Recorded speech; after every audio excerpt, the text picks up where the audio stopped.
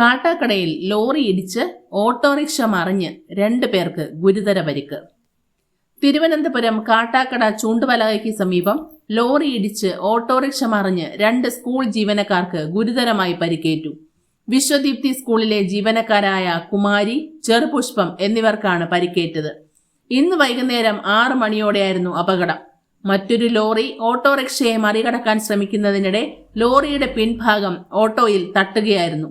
ഇതോടെ നിയന്ത്രണം വിട്ട ഓട്ടോറിക്ഷ റോഡരികിലൂടെ നടന്നു പോവുകയായിരുന്ന സ്കൂൾ ജീവനക്കാരുടെ ദേഹത്തേക്ക് മറിയുകയായിരുന്നു. അപകടത്തിൽ ഓട്ടോയിലുണ്ടായിരുന്ന 4 യാത്രക്കാർക്കും നിസ്സാര പരിക്കേറ്റിട്ടുണ്ട്.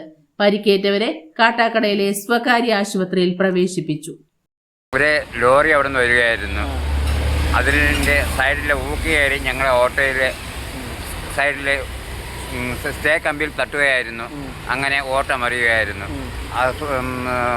റോഡ് സൈഡിൽ കൂടി 2 സ്ത്രീകൾ വരികയായിരുന്നു. അവരുടെ ദേഹത്ത് തട്ടി. അതാണ് സംഭവം. എനിക്ക് നിസ്സാര പരിക്കുകളേ ഉള്ളൂ.